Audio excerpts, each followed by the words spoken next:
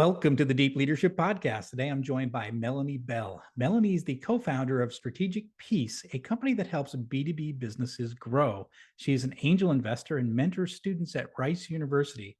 She also founded Leaders Who Fiction, where she helps people acquire and develop leadership qualities through reading and discussing fictional books. Now, I'm excited to have her on the show to talk about this very unique leadership development process. So, Melanie, welcome to the show. Thank you so much. I'm really excited to talk to you. Yeah, I mean, it's nice to meet you, and I'm excited to talk about the subject because it's something we haven't talked about on the show, the idea of fictional stories and how they can be used for leadership development. So I'm excited to get into that. But before we get into that topic, tell us a little bit about Strategic Peace. What do B2B companies come to you to try and solve? Sure. So we tend to work with what we call growth stage companies. And I realize that that can mean a lot of different things to different people. It doesn't have to necessarily be a startup. It could be a more mature company, but our clients come to us when they've at least figured out what it's going to take to get a sale, and they're ready to scale up their marketing activities. We've also worked with companies that have been around for 20 years and been very dependent on boots on the ground sales force. And then there's a lot of leverage that they can get out of investing in their marketing. So they come to us and we work with them on their marketing strategy. How do they interact with their customers? And it can be everything from that strategy to operational stuff and putting in the software to make marketing run effectively. Okay, and it's systems based. It's based on technology. Is that right? Yeah, a lot of what we will look at is how do we implement technology to make this as easy as possible so that companies don't need to hire, necessarily like 20 people to do what 5 people now can do. So we specialize in the HubSpot platform. And so that covers everything from a sales CRM for some of our customers to marketing automation, doing automatic database segmentation and sending email campaigns to people or managing social media and that kind of stuff. And then being able to look at all of those analytics and decide what to do next. Okay. Sounds like if you're running a company and you're ready to grow, come to you and you're going to help sort that out. Correct. So you don't have to hire 20 marketing people. I mean, sometimes it's still necessary. It depends what your growth goals are, but at least the technology stuff should give you some extra leverage with those hires. That's great. And so tell us what you're doing at Rice University. What you mentor, and you also an angel investor, is that right? Tell us a little bit about that. Yeah, so I am an angel investor. I went to Rice for business school, and I finished now 10 years ago. But I was really involved there. They've got an amazing organization called the Rice Alliance, and that group is really charged with helping new companies get started. And so they work with the Office of Tech Transfer on stuff like, how can student teams license technology that professors have developed and then go commercialize that. So the Rice Alliance was there when I was in business school, and Rice's initiatives around entrepreneurship have really expanded in the last few years. We've got some new centers. And so centers of really cultivating entrepreneurs and sometimes it's supporting alums that are starting businesses. Sometimes it's giving students a taste of what is it like to run a business. So they run accelerator programs during the summer for student teams to form. And so I've mentored companies that are going through that. And then, but also, I'll go participate in some of the entrepreneurship classes as a guest community member in the startup community to give students feedback as they're validating problems and talking to potential customers to see if this is really an issue, and kind of, going through those formative steps that anybody who is an entrepreneur is going to end up going through. So it's one of my alma maters, so very connected with it and love supporting their that's great. initiatives. I mean, I know I'm in Raleigh, North Carolina, and we have a very active veteran entrepreneur network. Yes. And I'm very active with that. Just because same thing, I run a business, and so I can mentor and help and answer questions like, okay, yeah, I'm 6 years in, so I can answer a few questions for the people that are just getting started and trying to get funding and all that sort of thing. So yeah, that sounds Yeah. sounds fantastic. So it sounds like there's an infrastructure there that you're helping out with.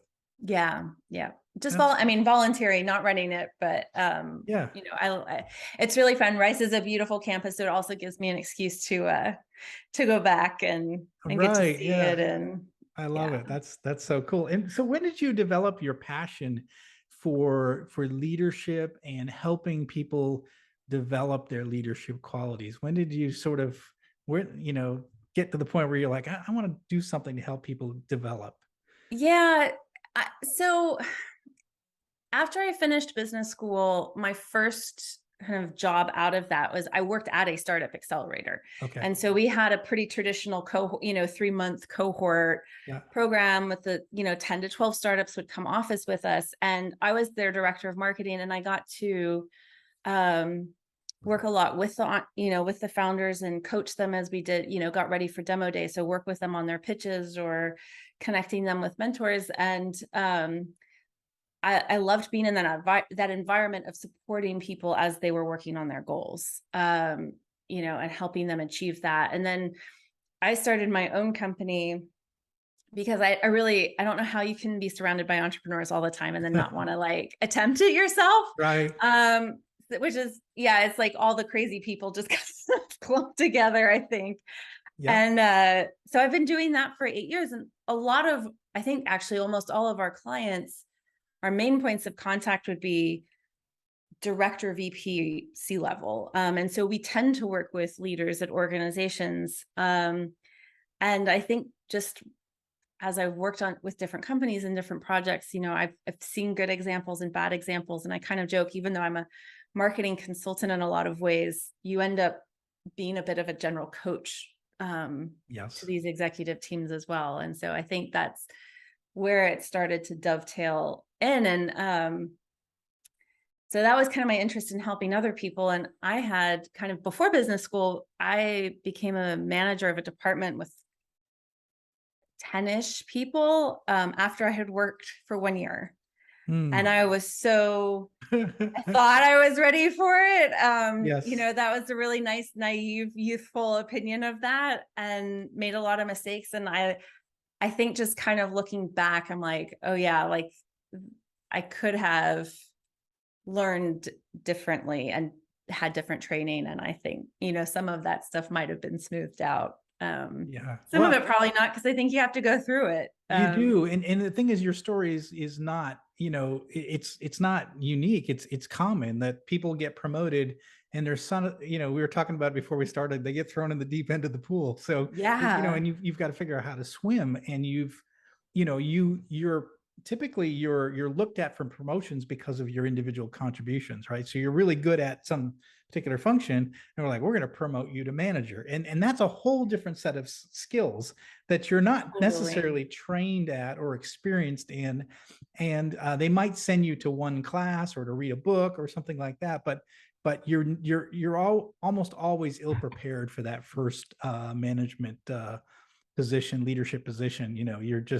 You're swimming in the deep end. I swam in the deep end when I was in the Navy. I showed up and had a team reporting to me like right when I first got to the submarine. I mean, I was trying to find my way to the bathroom. I didn't even know Yeah. where my bed was, and yet there's these guys that are going to be working for me, and I'm like, oh, and it's Like, can I ask them where the bathroom is? yeah, exactly. Like I'm supposed to be in charge. I didn't even know my way around this, this boat. So yeah, it's intimidating, and a lot of people struggle through that. And Yeah. I think in general we don't do a good enough job developing those qualities. Giving people chances to practice before they get into that first management job. We sort of throw them in the deep end and say good luck. So Yeah. yeah. Yeah.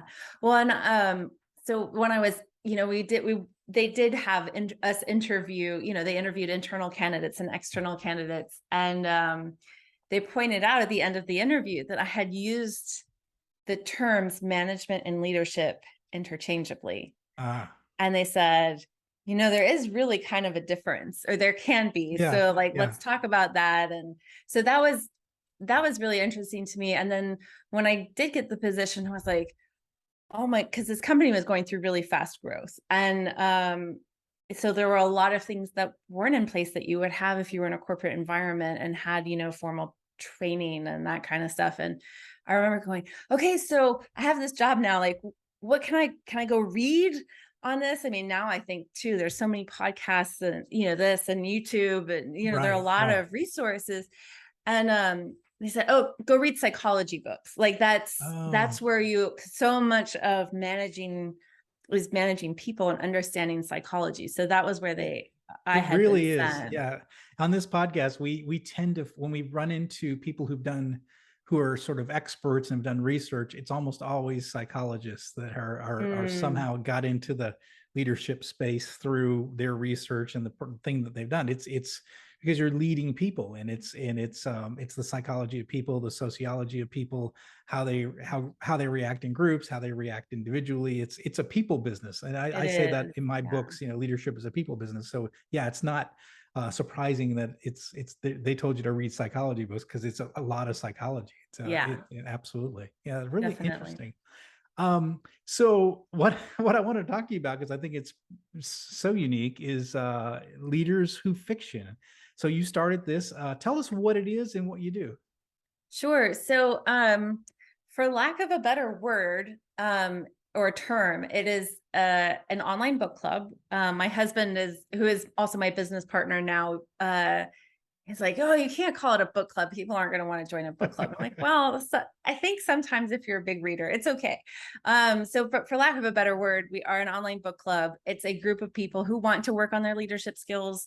Um, and most of us, I think everybody there really loves reading fiction and either um, has struggled to find the time to read, and that excuse. And so we provide that accountability, but then we also, it's a nice kind of networking exercise community that you get to. So it can be really good if you're introverted or something like that. You're like, I want to build a network, but I need something to talk to someone about. I'm not, Yeah. it's hard to just go up and shake hands. But yeah, so we meet once a month online and talk about a book that, like, we all read the same book and then talk about it So online. what's the process like? You pick a book, you go through it, and so when you have your monthly meeting, is it on a chapter or a section of the book, or is it everyone reads the whole book and then you have regular meetings on it, or how does that work as far as the process? Sure. So we read the whole book.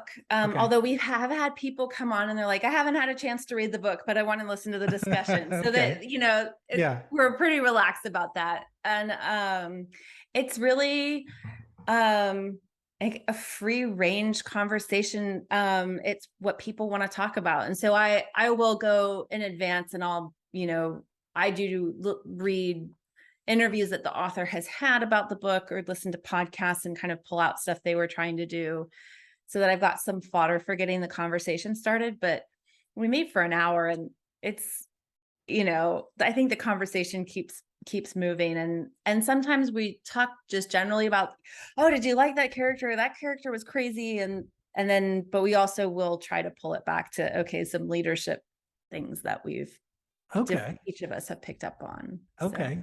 So so why nonfiction? Why is it so why nonfiction? Because I'm on this podcast I interview authors all the time, and it's all yeah. we're all I'm sorry, what I was going to ask you, why fiction? I was going we interview a lot of Yeah. non-fictional authors here on the show, and I'm a nonfiction writer too, but Hmm. why fiction? Why go in that direction? What's the why is that special for learning leadership lessons? Sure. And I don't want to sound like I'm knocking nonfiction, because I think there are a lot of amazing books out there, that are, I've, so one thing I had noticed just generally was that people felt like if they were going to read, they needed to have it be something productive. It was Yeah. like, if I'm going to read, I want it to be something that's going to help me at my job and help me with these skills. And so I just kind of wanted to push back on the assumption that always had to be a nonfiction book. Right.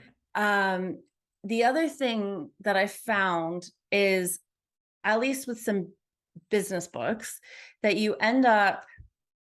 the authors will try to get to the essence of an issue. And so when they're talking about a situation, it can be more obvious. Okay, so what would you do in that situation, or what's the right move here or the wrong move here? Whereas a fiction writer, they tend, if they're a good writer, what they're trying to do is, I'm not trying to necessarily communicate a message, but I'm going to explore these situations from different angles, and they almost try to emphasize that complexity.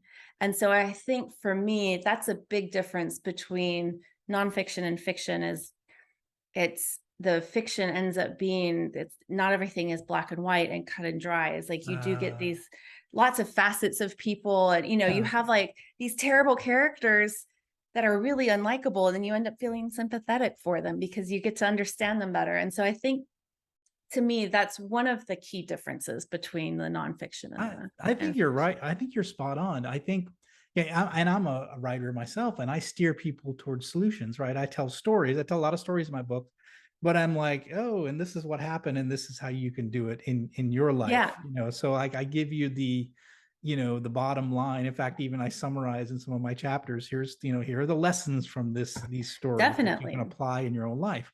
So we distill it down to some simple points that the people can take away. But in fiction, you have you just have your thoughts on what just happened, and Hmm. I think on fiction you tend to think about it more. Like it there wasn't a clean black and white answer at the end. Like you said, you have characters that you hate, but then they do something that they do something redeeming at the end, or they do, and you're like, well, and then you think about that and it just rolls through your Hard. head.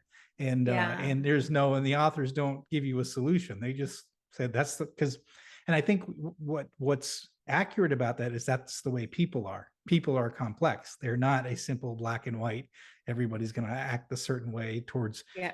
change, or to new systems, or new boss. Everyone's going to react to things differently, and in these fictional books tell you get that kind of, you get that complexity that you don't see in a Yeah. nonfiction book. Yeah, that makes a lot of sense. Yeah. And I think too, I mean, sometimes, God, we're faced with, I have to make this decision and neither option is good. Yeah, yeah, How, and thinking, I think, critically through that, and the implications of that. I think that you get that, it kind of is like this way to practice those exercises if you're doing, if you're reflecting as well as reading. And I, like I said, I think that there's room for both. This is yeah, not to yeah, not nonfiction. I just want to make sure that fiction has a seat at that table, yeah, that it yeah. can be a good tool. So, what are some examples, or an example of a book that you would read, that's a fictional book that you would read? So we haven't read this as the group, but this was um like, kind of, as like I look back with hindsight, or like what are the little steps and pieces, how I got all of this put together. Um so after I finished business school and I was working at this accelerator, a friend of mine had recommended a book called Ender's Game, which is a fairly popular sci-fi book, but I Yeah, think from the 70s or 80s, something, like it's not a recent book. And I don't read a lot of science fiction, but I do enjoy it every once in a while. And I read this book in like one day. I absolutely loved it. And I just remember like sitting on my couch reading this, and being like, this would have been the best book I could have read at business school. Like, this was better yeah, than the stuff, yeah, we read stuff about GE CEOs and case studies and this kind of yeah, stuff. And I'm yeah, like, this would have been so good to illustrate some of these leadership concepts. And so that is a book I generally would recommend to people who are kind of interested in testing this concept out. Um, we've read, actually, so one of the books, somebody who's in Leaders Who Fiction had recommended, it's a book, it was actually written for an 11-year-old, for the writer's son, and it was by Salman Rushdie, and it's Haroon and the Sea of Stories. And I had never read this book, and it's a short, fast read. Um, but that one was really interesting because the characters got some leadership challenges that they take on, and then there's stuff about kind of these two, it's two armies, and then different leadership styles within the armies, and mm, these civilizations. And so I think the stuff is there if you want to read it through a leadership lens. Yeah, yeah. Yeah, so those are just a couple that come to mind. That's really interesting. I know we were talking earlier before we started the show is that I've got a friend that runs a podcast. It's a Star Trek. It's yeah, Starfleet Leadership Academy That podcast, and sounds so cool. yeah, and it's just he takes and he'll randomly watches a Star Trek episode from any one of the many seasons that they have, and then he will summarize it and then talk about the leadership lessons on a podcast. And I always think that it's just the most unique podcast because he's taking these stories, right? And then he's Hmm. unpacking the different things that went potentially right and wrong. And it's a really interesting leadership podcast because it's so unique. It's breaking down stories. And it sounds like what you're doing is breaking down stories to unpack the lessons. And what I like too is that you're doing it in a discussion format. So it's a back and Hmm. forth dialogue, like, all right, this happened. What do what do you think? And it's and whenever I'm in those kind of discussions, you always get insight that you wouldn't have thought of yourself. So you think of it Yeah. this way, but someone else might have seen it completely different. And I think getting that other viewpoint kind of adds, it makes the whole gives you a better view of the situation. Yeah, exactly, exactly.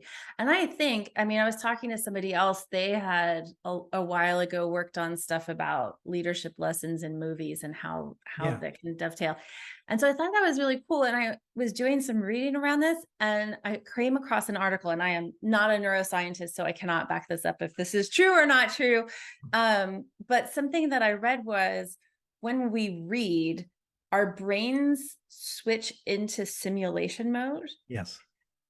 And like the only other way to do that is if you're actually like in a simulation software kind of thing. Like that's the closest we can get. And so I think that's another really cool thing that I think is a nice complement to the like, I'm actually going to read and be in that perspective, and I can almost as a simulation and then talk about it. But if we just talk about it, I don't know that it's as I don't think it'd be as interesting to have a conversation of like, okay, so let's just talk about empathy for an hour and we can talk abstractly, but this is Right. helpful because it's Right. got a different dimension to it. Yeah, yeah, that's really neat. I think one of the things you mentioned this, and I thought it was kind of interesting. You said that these, reading fiction helps you become a better leader, but while not sacrificing what you love to do. Is that the Mm-hmm. idea of being able to read fiction? Because I think what you said was, and I think I feel that as a leader too. I'm always trying to get better, so I'm always reading Mm-hmm. leadership books. I'm always reading nonfiction, and so you're saying no, it's you should take that break, read some fiction because you're going to get a lot out of it. Is that what you're saying?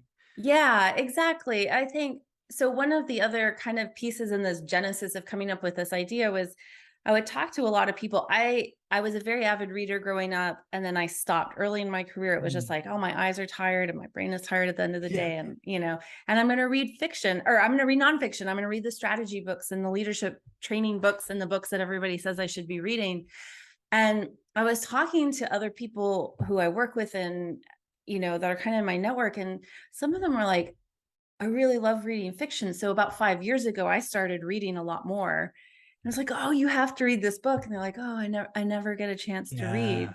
Yeah. And so it was like, hey, I'm going to give you this excuse that you can do this thing that is pleasurable, that you love doing, but it keeps, it's not as when there are fires to put out or that kind of thing. It's easy to put the book down and not pick it back up.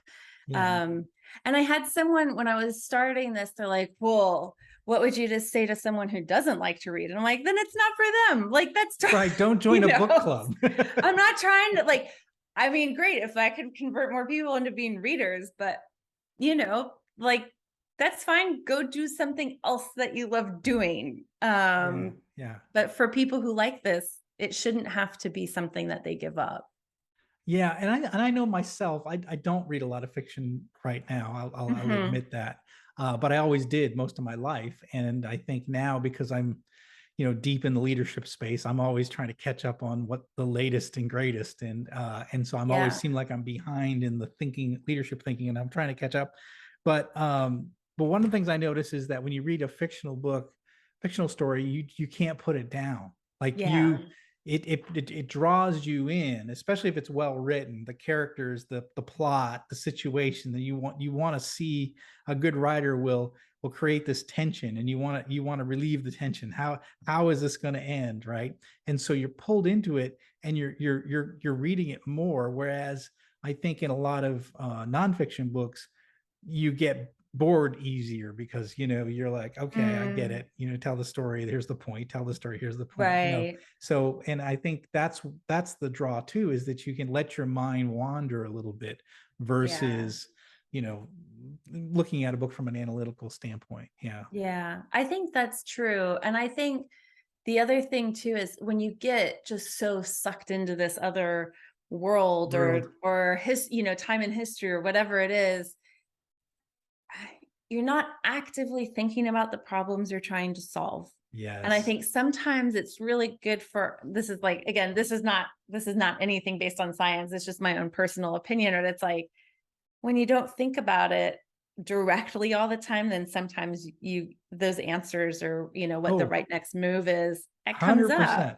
Oh, So I believe in the subconscious. Our subconscious minds solve problems all the time. Where it's like a lot of times I won't make a decision. The idea of sleeping on it, that's your subconscious mind working out the problem. And then you yeah. wake up in the morning, you're like, oh, I know what to do. Or you're in the shower, you're like, oh, I got it. I was going to And say, how many people are like, oh, I come up yeah. with my best ideas in the shower. Oh, So, right, right. I mean, as a writer, that's where I struggle. Like at night, I'm like, how am I going to end this chapter? It doesn't make any sense. And I go to bed, and I wake up in the morning. I'm like, oh, I've got it. It's like your yeah. subconscious works on that. Yeah. And I think you're right.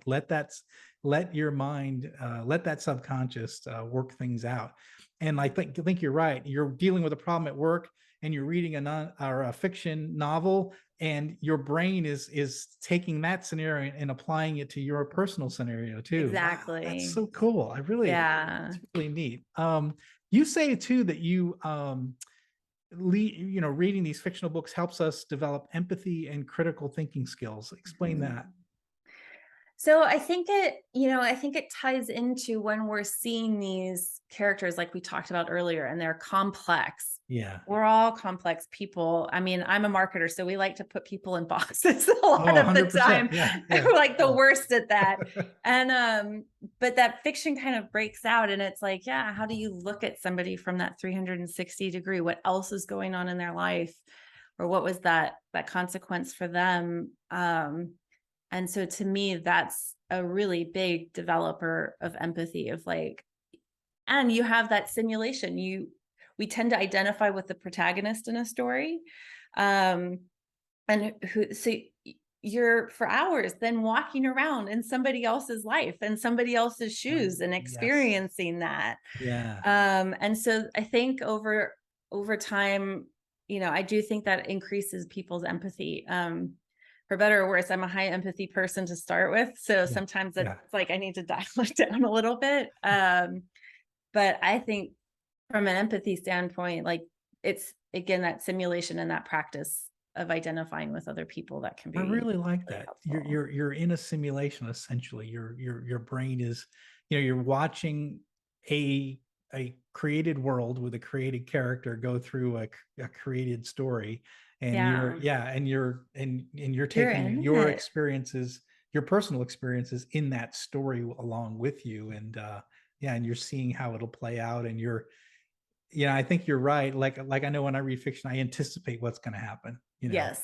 And so that's the simulation. Like, okay, well, in my life this is what's happened, so I'm imagining this character is going to have this happen, and Yeah. then sometimes that doesn't happen, it's something completely different. And so you get to, yeah, I think that's really neat, the idea of it. You're sort of in a simulation, if you will. Yeah, I like that. Yeah. I like that a lot. Yeah. Yeah, this is really interesting. And so you also say it helps with employee communication as well. Yeah. I mean, so for me, I think anytime we're reading stuff that's well written, you will end up, kind of osmosis Oh yeah. picking Yeah. up the vocabulary or the grammar. How do I clearly express this point? The other thing is, I haven't tested this out, but there is a group out there who does this, and I just think it's really cool. But they will go into organizations and a team or a company will all read the same book. Oh, And nice. then internally, they're having these discussions about it. And I just think that's so cool because then you have, so first of all, you have common language to share about Nice. an issue. Yeah. And then the other thing is, because it's a character who's doing something good or bad, Hmm. Oh, you're not as like you can talk about the issue and you're not talking about your colleague directly. yes. Like, and so a Yes. lot of times you're able to have these really productive conversations because people aren't feeling as defensive. Love Um, that. Yeah, you're yeah, right. I It's just it's think like a that's a third party. It's like it's no one here, not us, me or right. you. It's this character. Look what they Yeah. did, you know? That's Yeah. interesting. Yeah. I really I have to look up the name of that company, but I just think that is a really cool business. I really like that. I do like what you say. I want to key in on that. The idea of a common language. One of the things that I noticed in my experience in the military was we on a submarine had a common experience because we were locked in a metal tube for 3 months at a time. So we shared a common view of our world because we were so close and we saw Mhm. things exactly the same. When I came into corporate, I noticed everyone didn't have common experiences. So the people in Mm. the office had air conditioned offices, they had free coffee, everyone was happy, and then you go down the shop floor and it was hot, it was dirty, and you had to buy Yeah. coffee out of a vending machine, so your life experience was different, so you saw the business differently. Each Right. department saw the business differently, and we didn't share those common experiences. So I think that was one of the elements that I noticed, like when I was trying to run factories, was trying to build as much having common language, common experiences, Mhm. so that we could see the world the same way. And so I think what you're saying is that when you get a company and you read a book like that, all read the book, you have a common framework that everybody has read and everybody can relate to. And I really like that. That's really important. Yeah. Yeah, Yeah. exactly. Yeah, that's so cool. So, how can people find out about this? So, it's called Leaders Who Fiction. So, how can people find out about it and potentially join up on one of the new books that you're going to do? Sure. So I do have a website, leaderswhofiction.com. Okay, And on there people can see what meetings we have coming up and sign up. It's currently free for people to join. So you just need to, get a copy of the book, can meet from your library or you can buy it. And we meet on Zoom. And as we get, if we get more and more people participating, we'll probably offer more times. But right now it's like we've got, we'll pick I think it's the last Wednesday of the month and we meet at noon central, but everyone is welcome, to come and participate in that. I So love it. I love it. yeah. We'll definitely put a link in the show notes for that. And your company, how can people find out about your company, Strategic Peace? Strategicpeace.com is that website. The other place that's probably really good is if people want to connect with me on LinkedIn. LinkedIn. Okay. So Melanie A. Bell, and I will send you the link so that you have that. Okay, fantastic. I mean, you just heard everybody listening, and you just heard of a leadership resource that is free, like this podcast. Yeah. you get free information on this podcast, but you can go to leaderswhofiction.com and you can join up on one of these book studies and read a fictional book and get a chance to talk to other leaders and to interpret that book and learn the leadership lessons from that. That is so fantastic. Melanie, thank you for coming on the show Oh, and thank you so much for sharing all this having me. information. This has been a really informative and a discussion. I really appreciate it. Yeah, well, thank you. This was always really fun. I love talking about this stuff. I love it. Well, thanks again. Thanks. Well, that's it for today. Thank you for listening to Deep Leadership. If you like this podcast, please subscribe and share so we can continue to build a world with better bosses. Until next time, this is John Rennie saying take care and lead well.